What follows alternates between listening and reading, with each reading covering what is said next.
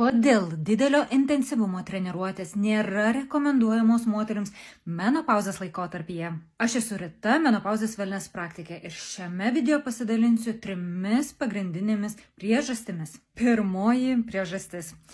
Jeigu jūsų tikslas yra numesti svorio, tai galite gauti atvirkštinį variantą.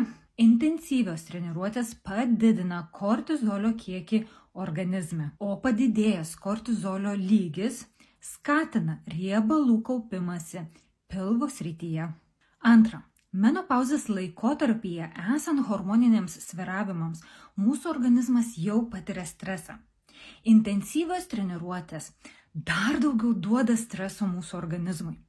Tad mes galime jausti daug didesnį pervargimą ir sumažės mūsų imunitetas. Ir trečia, sąnarių apkrova. Dėl sumažėjusio estrogeno lygio menopauzės metu gali padidėti mūsų kaulų sąnarių trapumas. Intensyvios treniruotės, ypač jeigu jos atliekamos netinkamai, gali padidinti traumų riziką. Ir pabaigai noriu priminti, kad menopauzės wellness dienoraštyje gali sekti savo fizinį aktyvumą ir efektyvumą.